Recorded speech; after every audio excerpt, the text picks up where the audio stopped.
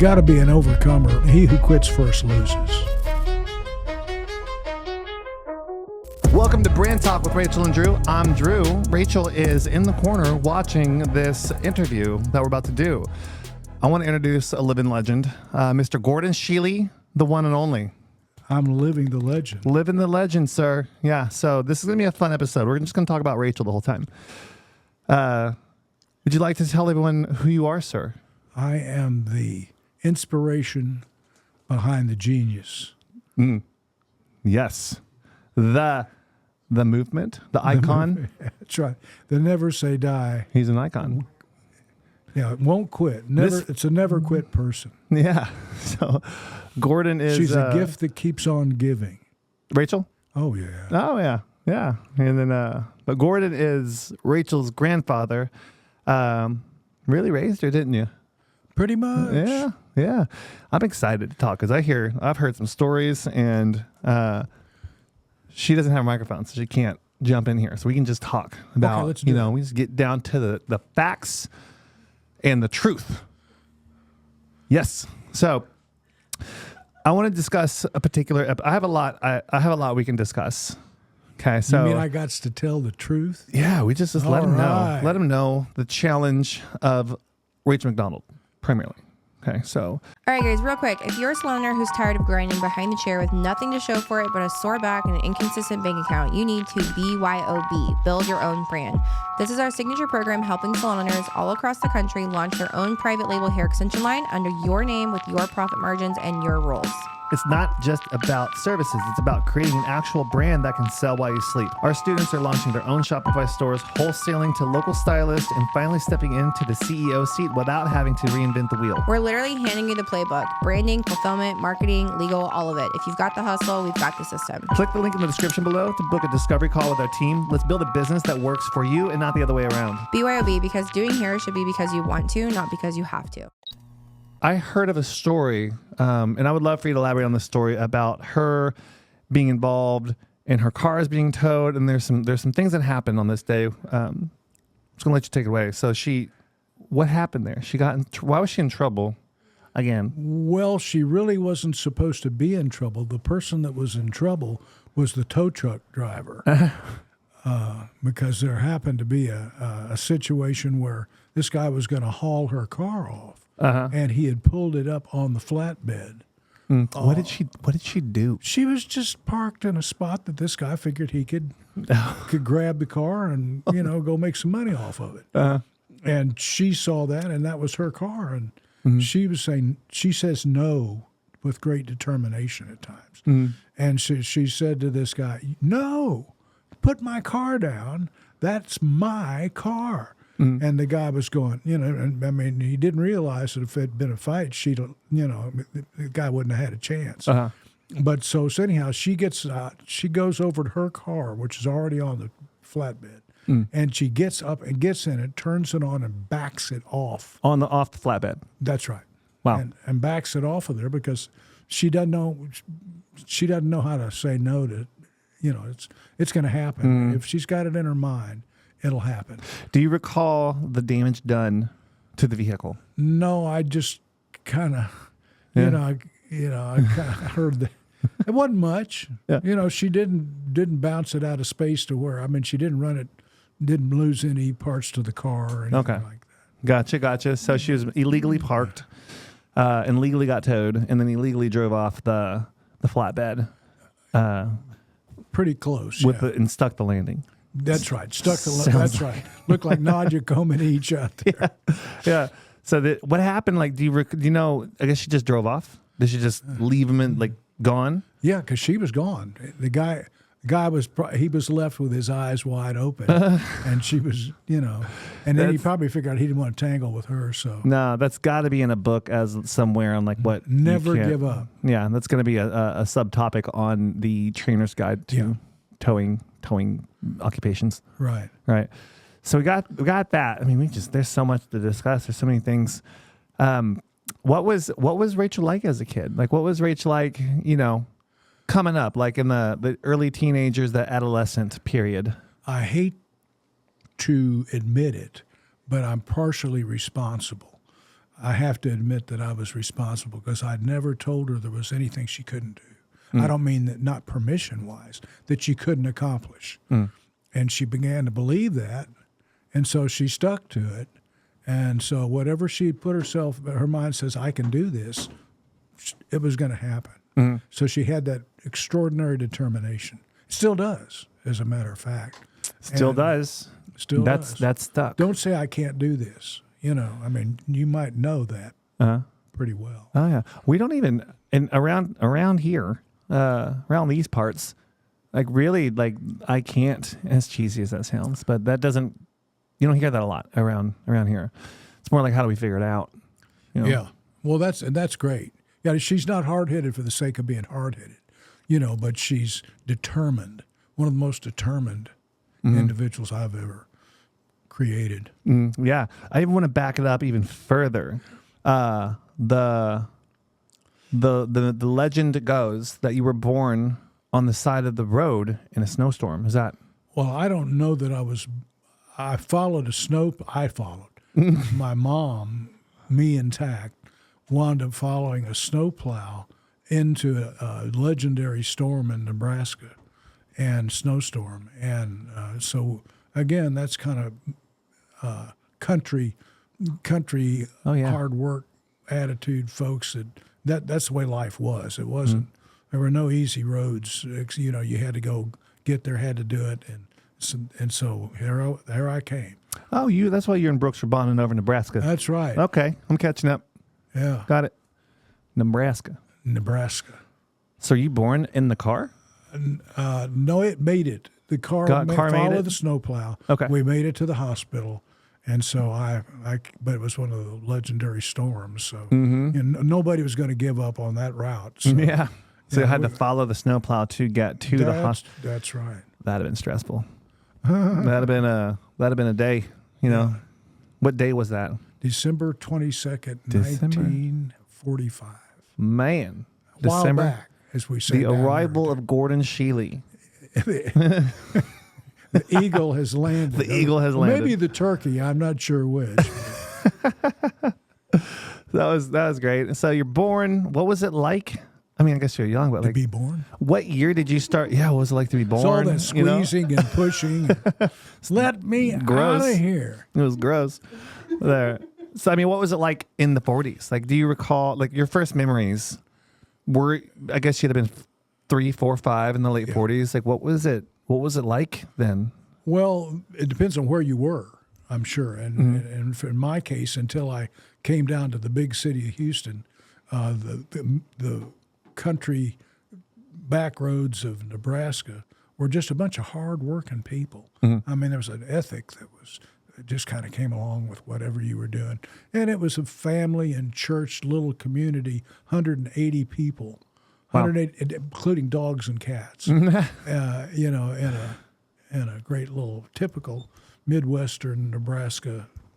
There's a bunch of little towns all over the place. Okay. And so, yeah. And then my parents, when I guess I was probably about 5 at the time, and my parents wound up splitting up, and I wound up down here in Houston and got deposited in the big city and With your mom? Yes. Okay. With my mom. So mom came to Houston. I spent summers in Nebraska with my grandparents and my dad.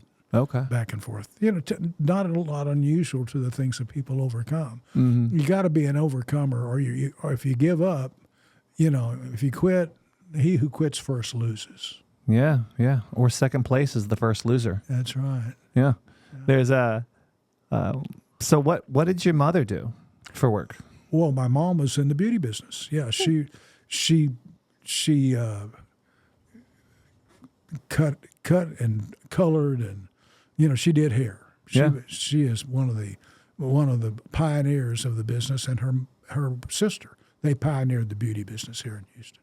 Wow. What was the do you recall, because I know you were young at the time, very little, what they did when they came in? Did they get a little shop? They get set up? Were they working out of the... Yeah. They came out of a beauty school, which was the beauty school in Houston. And then they opened up a little shop together over by the medical center. And Okay. and so they wound up doing a together deal and opened up a space over on, gosh, I don't remember the street it was on now. We were driving by some areas, you and me, Yeah. one time. You're telling me all about it. Was like a freeway now. Yeah. Concrete jungle, but you're like, there's this over there, I did that over there. Yeah. Like, what? Here? You're like, yeah, right there. It was like beach nut area? Well, more closer to the medical center. Okay. Yeah. Got it. So they opened up over there, did their thing. Is that who's? Forgive my ignorance here. Who's with the lad? They called her Curly. My mother's last name was Curly. Got it. Okay. Curlee. Okay. Not curly hair, Right. Curly. but curly. Yeah. Don't we name aren't we spelling Curly that way, Rach? We sure do. We spell Curly with 2 E's. Yeah. There's Around here? a lot of heritage involved in this industry. You did it. Heritage. Yeah. It was punny. Yeah. That was punny. Punny. Very punny. Yeah. Heritage. You know it? Just me? I get it. Okay. Oh, you mean like the hair on your head. I thought it was great. Thought you snuck that in there, all slick like, you know. All right, guys, I got to tell you about an incredible event that you don't want to miss. It's happening in Palm Springs, September 13th through the 15th. This is something that is going to be the event of the year for CEOs who are wanting to build their wealth. So if that's you, I'm going to put a link in the description below for you to get your ticket. Don't miss it. Now back to the episode. So that's really cool. So Rach is a multi-generational, Right. entrepreneurial, hairdresserial. Yeah. Yeah. Yeah. She's currently Yeah. I mean, you breastfeeding know, in the corner. yeah. And her mom wound up in the face beauty business, So it's a very interesting thing that women that particularly can wind up taking an industry, applying themselves to it, and not get stuck in a 9-to-5 deal. Not that there's nothing wrong with becoming a 9-to-5 person, but if you have a bent to be entrepreneurial, this is a way to go. For sure. And they're learning more about how to make a business out of it, not just a good living, but to make a business out of it. Now, it may not be these people that are listening, it may not be their desire to build a business, but if I were coaching them on something, it would be to go out and build a business that has value, that can live on and make you money even while you sleep. Become a business person, not just. And there's nothing wrong with being a hairbender, but yeah. No, the beauty industry. I pivoted. My family's concrete folk. Like there was a lot of concrete going on in my dad and my grandfather and all that. But I think that's really cool that there's my grandmother was a hairdresser as well.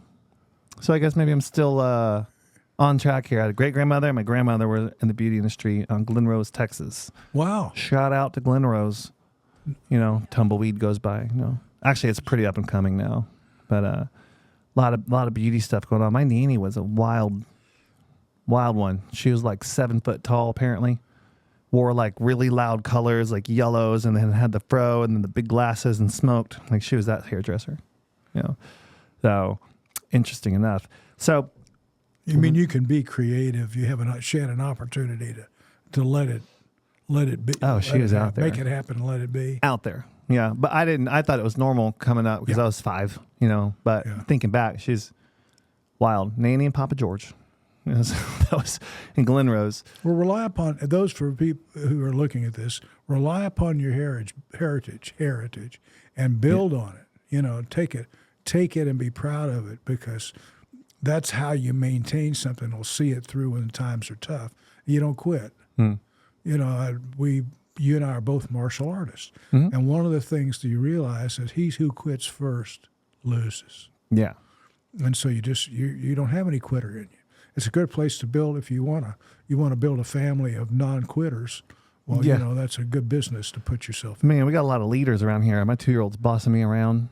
Like, I work for him, He's like my boss. Earlier today when I walked him, Papa, he was already showing me his stuff. His demands. Get this, do that, Yeah. So when did you start seeing, I guess with Rach, the entrepreneurial drive? Like, when did that kind of start to, like, she's not going to do so well working at a place? Well, yeah. Well, and then you got the other one coming along now. Has already come along. Kinsey has an absolute drive. Likes to make money. Likes to make things successful. Will do that. So it's like those are the rewards. Trophies don't get it, but money speaks. Yeah, I actually had a good idea for Kinsey. I picked her up from church last night about 8:35-ish, and she takes these really great notes at church. Like for a while, I thought she was on her phone, but she's taking notes. Right. So these are like a lot of notes for what she's learning that day. I'm like, Kinsey, you could totally package that up into like Kinsey's notes into like a little course, and they can download your notes. And study material that you make, and then you could sell it for like $8.99 a month, and then they have this place where they go, and then she's more passionate about these notes because they'll have a function for the whole community of the kids, so she seemed to like that, but she could totally do that. These notes are great. That's the Kins. Yeah. And that's the Rachel. Did Rachel I felt like Rachel may have gotten in trouble at a job at some point to where you're like, she needs to open her own business because... I don't think she was ever satisfied with status quo. In other words, she knew she could do it. Somebody planted that idea. Yeah. Who might that be? All right. So we're here. We're talking. We're chatting. Anything else you want to go over in particular? No, I'd like for the people, being a coach, which is what part of my background is that when you can encourage yourself and encourage others to apply, to be willing to not give up, and being willing to apply yourself, knowing that if you keep doing it, you're going to wind up winning it. Mm-hmm. And you're going to wind up with a successful business. You have to have apply decent rules. You can't go radical and not have it land on you. Right. But by the same token, I encourage most of the people that I know of that are watching this or being part of this industry growth. It's still there. It is a place where you can grow your business and grow a business. Not many places like that. Mm-hmm. What would you say to the folks out there? Because you've traveled the world, you've worked in multiple companies, you have some experience under your belt for sure. There's a lot of people out there who feel they're all up in their feeling on like, I don't feel like doing it, I don't feel motivated, or I don't feel this way, or I can't fit, they're just operating and we're humans. Right. But then they avoid doing what they need to do because their feelings, what would you say to them? Learn to win, because you'll learn, do something where you can learn to win. And then if you're in the business and you apply it to your business future. I think learn to win. Like, what does winning actually look like? Like a bunch of like losses, right? Study it. Well, read about it. Uh-huh. In other words, get in the book, get in motivational stuff. Let the folks that are doing this business coach you, help you to understand, and let the bug bite you. The bug bite. It's okay to let the bug bite you. Just let it bite you a little bit. Let it bite you in the butt, man. Yeah. Be good to go. But there's any like win. I think like what Rachel and I have had, it's through a series of, I don't even want to maybe call them losses, call them speed bumps, but like it's through in martial arts very much like this. Just as I've gotten better and better and better at jiu-jitsu, I've just gotten beat up more. Yeah. I learned through losing. So I've become. That's how you learn to win. Yeah. By learning how to lose. Yeah. So let's, when you go out there, but people will lose and they think they're not winning, but that's the path. Well, I watched the kids today. We'll get on a martial arts jag in a hurry. Mm-hmm. But I watch Evan learning to win in the world of football, and Ollie learning to do that. And these little guys that are coming up now, they're not defeated. They don't have a lot of defeat in them. They're not looking to lose. They're looking to, and reinforce.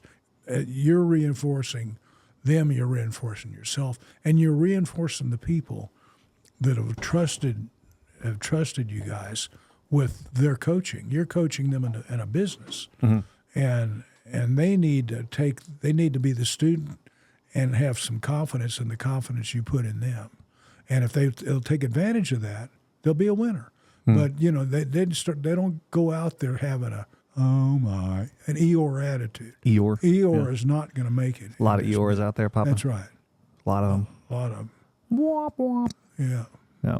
So they go through. They go out there and they fumble, or they lose, and then they learn and acquire wisdom through the fumbling or the loss, failing forward quickly, if you will. Yeah. I'll give you it just came to mind. I was a competitive skater as one of my sports. And I remember vividly going up to a skating center up in Oklahoma. And the woman who was practicing that day, the woman who was practicing that day, was just barreling it around the roller skating in the ring.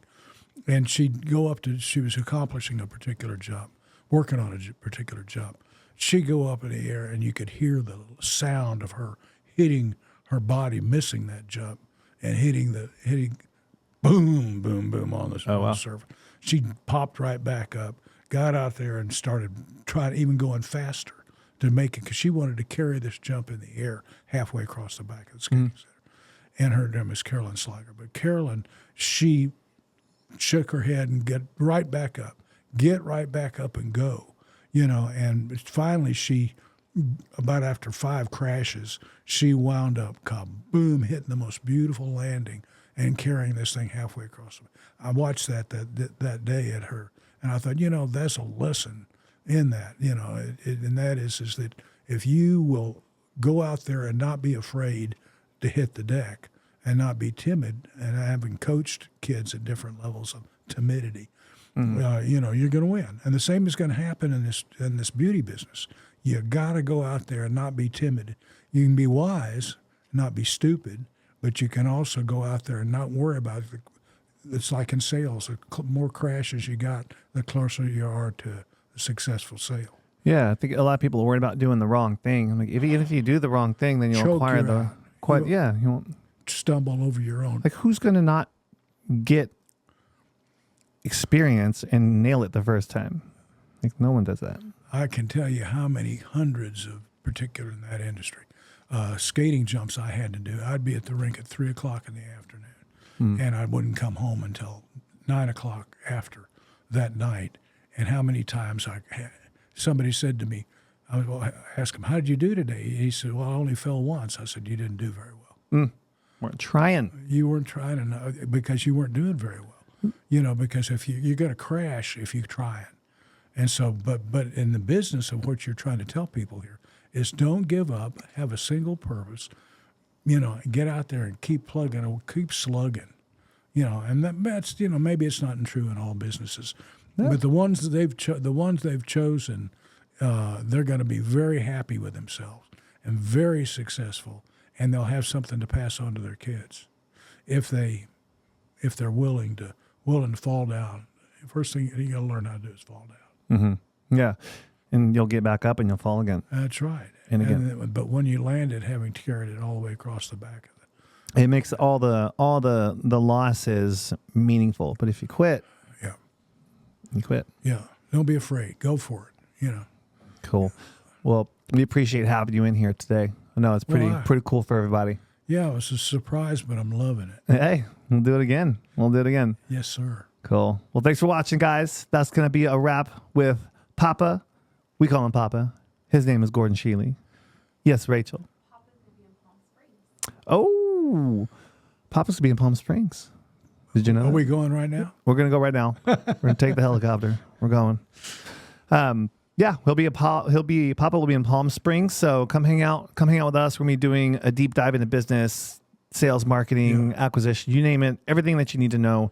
Really that they don't teach in business school, because we have folks that we've helped that are in business school. Love business school. It's great. But a lot of the times, really to get stuff in the textbooks, like things are changing so quickly now, and we've just failed through marketing efforts and moving our own money, like learning in like the streets through what you were describing earlier, just losing, and course correcting and then finally figuring things out.